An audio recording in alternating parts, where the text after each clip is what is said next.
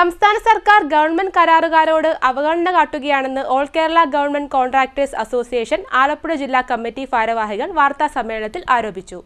നിർമ്മാണ മേഖല പ്രതിസന്ധിയിലാണ്. വികസന പ്രവർത്തനങ്ങളിൽ ഗവൺമെന്റിനൊപ്പം നിന്ന് പ്രവർത്തിക്കുന്ന ഗവൺമെന്റ് കരാറുകാരെ നിരന്തരം ബുദ്ധിമുട്ടിപ്പിക്കുന്ന നടപടികളാണ് ഉണ്ടാകുന്നതെന്നും ഭാരവാഹികൾ പറഞ്ഞു.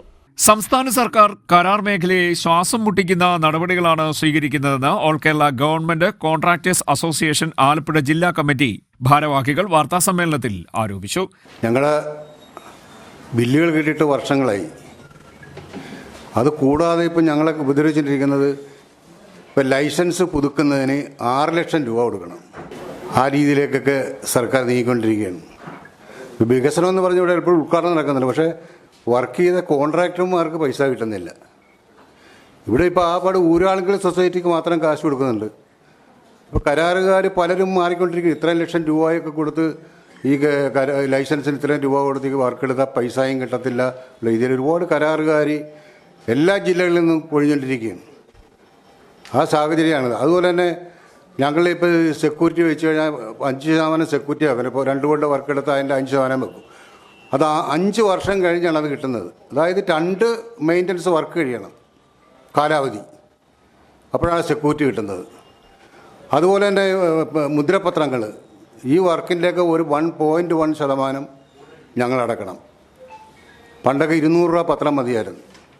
അപ്പോൾ കോൺട്രാക്ടർമാരെ എന്തെല്ലാം ഉപദ്രവിക്കാൻ പറ്റുമോ അതല്ല ഈ സർക്കാർ ഇതിൻ്റെ വികസനം പറയുന്നുണ്ട്. അവർ ഞങ്ങളല്ലേ വികസനത്തിൻ്റെ ആൾക്കാർ.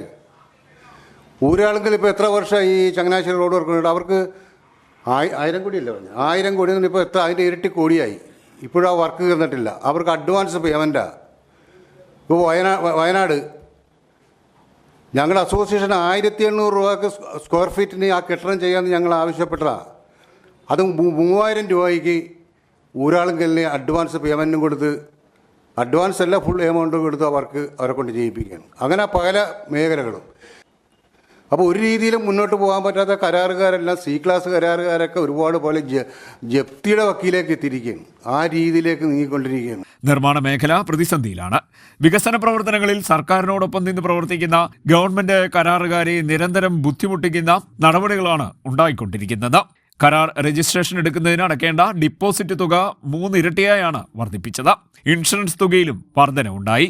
ഇൻഷുറൻസ് കാലാവധിയുടെ പൂർത്തീകരണം വരെ ആയിരുന്നത് ഡിഫക്റ്റ് ലയബിലിറ്റി പീരീഡായി വർദ്ധിപ്പിച്ചു. ഈ ടെൻഡറിൽ പങ്കെടുക്കുന്നതിന് 1 വർഷത്തേക്ക് രജിസ്ട്രേഷൻ ഫീസ് 100 രൂപ ആയിരുന്നത് 6 ഇരട്ടിയാക്കി കൂട്ടിയിരിക്കുകയാണ്. സൈറ്റിൽ സർക്കാർ തലത്തിൽ വരുന്ന തടസ്സങ്ങൾ പദ്ധതിയുടെ കാലാവധിയെ ബാധിച്ചാൽ അതിൻ്റെ ഫൈനും കരാറുകാർ അടയ്ക്കേണ്ട സ്ഥിതിയാണുള്ളത്. സർക്കാരിന് ഒരു സാമ്പത്തിക ലാഭവുമില്ലാത്ത ഒന്നാണ് കേപ്പബിലിറ്റി സർട്ടിഫിക്കറ്റ്.